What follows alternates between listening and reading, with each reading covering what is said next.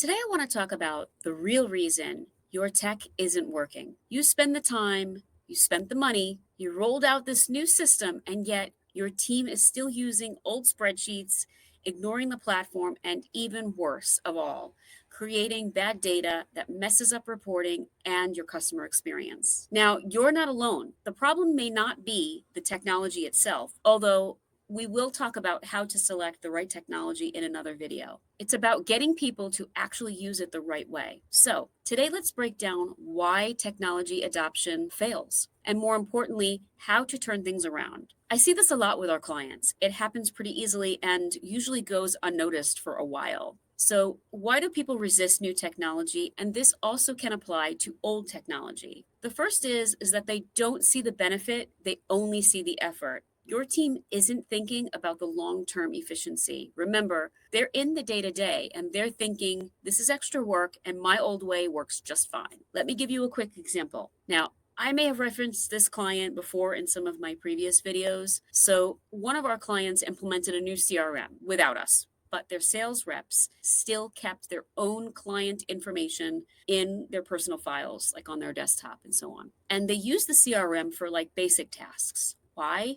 Because nobody showed them how the CRM could actually make their jobs easier and sharing that client information with the rest of the team, because the concerns that someone would change their information that they input into that CRM, they felt keeping their own notes and additional details separately on their desktops was better and easier. That process could have been seamless if everyone used the system correctly. It would have saved the team from scrambling around to find the most accurate information. And if they had asked, in this case, there was a way to prevent changes to the account input by someone else. The second reason is the lack of proper training and support. Too often, companies assume people will just figure it out. That happens a lot, actually, especially when we hire a new person, right? Spoiler alert. They won't figure out the way that they should use the system. They will figure out the best way that works for them. If training is weak, adoption will be too. The third reason is leadership isn't setting the example. Now, leaders, this one's contingent on you. If leadership isn't using the system, why would anyone else? Adoption starts at the top. And I say this a lot, but as a reminder, your team is watching you and whether you realize it or not. The fourth reason is the system doesn't fit the process. I've spoken about this before in other videos and on social media, and I can't stress it enough. Sometimes the problem isn't the people, it's the system. If a tool doesn't align with how your team actually works, they'll create workarounds. If you want to know how to choose the right technology, I have recorded that in this library. If you want to know how to drive real adoption, you'll want to first show them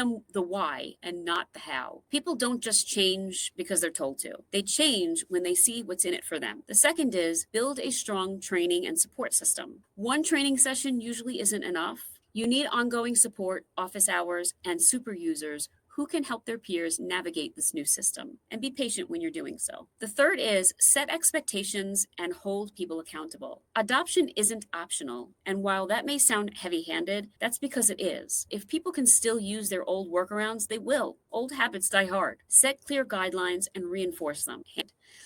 In some cases, you can be heavy-handed and remove the ability to use those workarounds. We did have to do this for one of our clients early on many years ago, and it isn't fun, but it is possible. The fourth is leadership must lead by example. If executives and managers aren't using the system, the message is clear. It's not important. Visibility, accountability start at the top. All right. The fifth is gather feedback and adjust as needed. If people really hate the system, you have to find out why. Sometimes small tweaks can remove major frustrations and drive adoption. So how can you avoid these mistakes in the first place? You may not like this, but you have to involve the end users early on in the process. People are more likely to adopt a system if they had a say in choosing it. They will also provide you with insights about what they need to do their jobs, things that you may not even know about. Implement in phases, not all at once. If your team has struggled in the past with adoption, phases or sprints may be the way to go if you want to build their confidence.